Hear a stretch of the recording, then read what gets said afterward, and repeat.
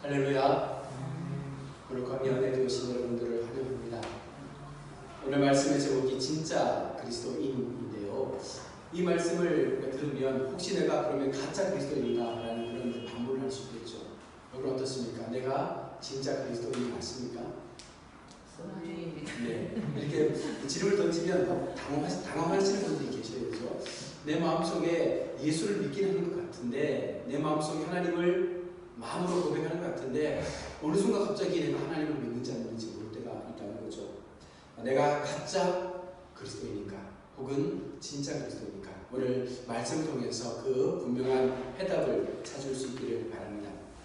우리가 늘 놓치고 있는 것 중에 하나가 뭐냐면요, 내 신앙에 대해서 내가 너무나 확고하게 어떤 신념을 가지고 내가 믿는 것이 옳다라고 믿을 때가 많다는 거예요. 그런데 그 기준이 말씀으로 세워지지 않으면 반드시 그것은 오류가 생길 수밖에 없는 것이죠.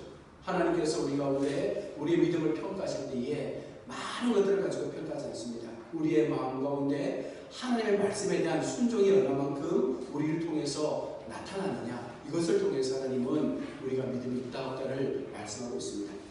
하나님 앞에 우리의 신앙을 점검할 때 한쪽짜리 그리스도인이 되지는 말아야 합니다. 하나님께서는 어중간한 것을 용납하지 않으십니다. 오늘 본문에 뜨겁게 서로 사랑하라 라는 이 베드로의 말씀 속에는요, 미지근한 그들의 사랑을 비판하는 내용이 담겨 있었습니다. 그들 속에, 그들의 공동체 속에 시기하고 오망하고 불평하고 또 온전한 사랑으로 그 사랑을 나누지 못했던 그와 같은 상황 속에 베드로는 그들 속에 이 말씀을 들려주고 있는 것입니다. 여러분, 미지근한 물을 가리켜서 반은 뜨겁다고 해야 합니까? 반은 차갑다고 해야 됩니까? 우리가 미지근한 물을 컵에 담아놓고 이 물이 뜨겁다고 할까요? 차갑다고 할까요? 이도 저도 아닌 것이잖아요. 그렇죠? 그런 것처럼 우리가 신앙을 이야기할 때 미지근한 신앙에 대해서 하나님께서 말씀하는 거죠. 너희가 절반의 그리스도인이냐 아니면 절반의 죄인이냐. 이것은 하나님 편에서는 용납될 수 없는 것이죠. 그리스도인이면 그리스도인인 것이고 죄인이면 죄인인 것입니다. 그래서 하나님 앞에는 분명하게 우리의 신앙이 뜨겁든지 아니면 아예 하나님을 믿지 않든지 이 두 가지의 선택밖에는 없다는 것입니다. 하나님 앞에 온전한 삶을 성경은 살 것을 말씀하고 있습니다. 오늘 우리가 분명한 사실 한 가지를 기억해야 할 것은 하나님은 우리 가운데 온전함을 말씀하고 있다는 것입니다. 그것은 하나님께서 온전하지 못한 것들을 분명히 심판하시고 쓸어버리시겠다 말씀했습니다. 마태복음 5장 48절의 말씀처럼 너희 아버지의 온전하신 같이 너희도 온전하라 말씀하신 그 하나님의 말씀처럼 하나님은 우리의 마음과 우리의 신앙 고백이 온전하기를 원하신다는 것이죠. 그것은 하나님께서 진정으로 이 땅을 온전하게 지으셨고 우리 인생을 온전하게 지으셨기 때문에 우리가 그 하나님을 믿는다면 우리의 삶도 분명 온전한 삶을 통해서 그 신앙을 지켜가는 것이 분명 옳은 우리의 신앙의 모습임을 말씀하고 있습니다. 하나님께서 우리에게 하나님을 향해 절반의 믿음을 가져라 라고 말씀하지 않습니다. 어중간한 믿음을 가지고 나를 따라오라 라고도 말씀하지 않습니다. 하나님은 철저하게 내 모든 것을 버려서라도 내 제자가 되라라고 말씀합니다. 내 생명을 버리고 내 가족을 버리고 내 자녀를 버리고 내 모든 것들을 버려서라도 이 복음을 살 수 있다면 그것을 선택하라 라는 하나님의 말씀처럼 우리가 온전하게 주님을 믿는 그 믿음의 삶을 살아야 한다는 것입니다. 우리가 하나님으로 충만해지는 것이 어찌면 하나님의 뜻이기 때문에 내 마음속에 이 온전함이 하나님을 향하여 나타날 때 우리 속에는 충만한 하나님의 은혜도 함께 어울러 나타나게 되는 것입니다. 절반의 충만함은 하나님의 뜻이 아닙니다. 하나님은 온전한 것을 원하십니다. 온전한 예배, 온전한 헌신, 온전한 기도, 온전한 섬김과 봉사와 구제, 모든 전도까지도 하나님은 전적으로 하나님 앞에 믿음을 다해 섬기기를 원한다는 것입니다. 하나님께서 우리 가운데 주신 것을 한번 여러분 기억해 보십시오. 절반의 하루가 아니라 온전한 하루를 주셨습니다. 절반의 인격이 아니라 온전한 인격을 우리 가운데 주셨습니다. 절반의 구원이 아니라 온전한 구원을 우리 가운데 주셨다는 것입니다. 하나님은 우리를 향하여 온전하신 예수 그리스도를 생명 바쳐 주셨는데 우리는 그 하나님을 어떤 방법으로 믿고 있느냐라는 것이죠. 하나님께서는 우리의 사랑이 온전한 사랑이기를 원하신다는 것입니다. 너희가 나를 사랑하느냐? 그 사랑이 내가 너희를 사랑하는 것처럼 온전하게 사랑해 주기를 원한다는 것입니다. 반은 뜨겁고 반은 차가운 그와 같은 어중간한 하나님을 향한 믿음의 모습이 아니라 전적으로 하나님 앞에 전적으로 우리의 마음을 들여서 하나님을 기쁘시게 할 수 있는 그 사랑이 우리 가운데 나타나기를 원한다는 것입니다. 진짜 그리스도인이 된다는 것은 자기 자신을 어쩌면 바로 알 때에 가능한 것입니다. 지금의 나를 모르면 어쩌면 지금의 나의 영적 상태도 모르는 것이죠. 이단에 빠지는 많은 사람들이 믿지 않는 사람들이 아닙니다. 많은 믿는 사람들이 어느 순간 이단에 빠지는 것이죠. 무엇 때문입니까? 그들의 영적 상태를 온전하게 구분하지 못했기 때문에 작은 미혹 앞에 그 신앙이 무너져 버리는 것입니다. 그래서 우리는 말씀을 통해서 우리의 신앙을 훈련하고 우리의 바른 믿음의 삶을 발견하는 연습들을 해야 한다는 것입니다. 그런데 우리 힘으로 할 수 없잖아요. 우리의 연약함으로 할 수 없기 때문에 우리는 여기에서 성령 하나님의 도우심을 구해야 하는 것입니다. 성령님의 도우심을 통해서 우리의 영적 상태를 점검하고 그리고 그분의 역사를 통해서 우리의 인생 속에 하나님께서 나를 어떻게 세워가시는지를 우리가 분명히 알 수 있을 때 하나님은 나를 통하여 이 세상 가운데 놀라운 일들을 이루어가게 되시는 줄로 믿습니다. 여러분, 성령 하나님이 아니고서는 나의 참모습을 깨달을 수가 없습니다. 성령 하나님의 은혜가 아니고서는 나의 신앙을 더욱더 건강하게 세워갈 수가 없다는 것입니다. 그래서 성령 하나님의 도우심을 통해서 나의 참 믿음의 모습을 발견하게 되고 그 속에서 진정한 그리스도인의 삶이 무엇인지를 깨닫게 될 때에 한 걸음 더 나아가서 하나님 앞에 나의 신앙의 모습을 드릴 수 있는 결단을 하게 되는 것입니다. 토소 목사님의 책 가운데 진짜 그리스도인인가 라는 책에 보면 내가 진짜 그리스도인인지를 판단하는 7가지 기준을 제시했습니다. 그 첫 번째가 내가 가장 원하는 것이 무엇인가에 대한 질문에 답을 해야 되는 것이죠. 여러분, 내가 가장 원하는 게 뭐예요? 그게 어쩌면 내가 가장 사랑하는 것이죠. 여러분, 우리 인생 속에서 내가 가장 원하는 것이 하나님입니다 라고 말할 수 있는 분들이 과연 몇 분이 되겠습니까? 이렇게 우리가 보편적인 질문을 던졌을 때에 정말 나는 하나님을 나의 인생의 가장 소중한 분으로 여기고 그분만 있으면 됩니다라는 그 신앙 속에 살고 있습니까? 그러지 못하다는 거예요. 그래서 내가 가장 원하는 것이 하나님이면 됩니다라는 이 믿음의 고백이 있어야 되는 것이고요. 두 번째는 내가 가장 많이 생각하는 것이 무엇인가? 여러분이 하루의 삶을 살면서 내 기억 속에 내 삶 속에 가장 많이 기억하고 사는 것이 무엇입니까?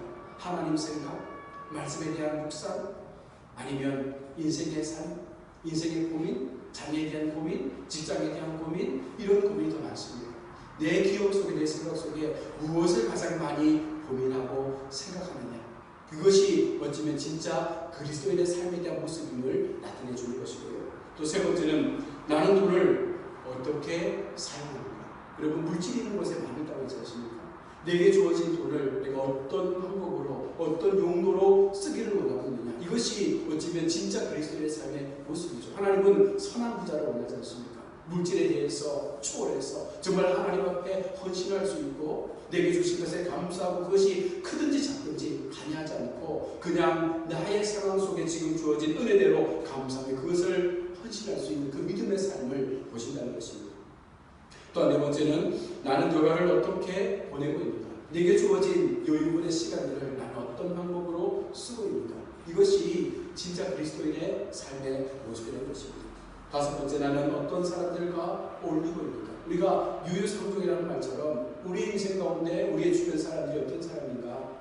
나와 같이 신앙 공동체 속에 믿음을 나누는 사람인가. 아니면 세상의 죄악 속에서 나를 죄로 이끄는 그와 같은 사람들인가. 내가 만나는 사람들, 내가 경험하는 사람들, 나로부터 힘을 얻는 수많은 사람들이 어떤 사람인가에 대해서 우리는 고민해야 하는 것입니다. 또한 여섯 번째, 나는 누구를 존경하고 어떤 것에 열광하는가. 10대 아이들이 연예인들에 열광하는 것처럼 여러분, 우리가 무엇에 열광합니까? 예수를 또 그 복음 앞에 열광하고 있습니까? 말씀 앞에 열광하고 있습니까? 그 은혜 앞에 우리가 감격하며 눈물로 그렇게 시간들을 보내고 있습니까? 내가 존경하는 것, 내가 열광하는 것, 그것이 무엇인가? 끝으로 나는 무엇을 보고 웃는가? 유머 감각과 웃음은 다른 것이라고 합니다. 진정한 그리스도인은 경박한 농담을 하지 않습니다. 진정한 웃음의 의미를 깨닫고 하나님이 주시는 그 말씀의 깊은 그 사랑 속에서 정말로 하나님을 향해서 내가 미소 지을 수 있는 그 마음을 가질 수 있을 때 진정한 그리스도인의 삶을 살게 되는 것입니다.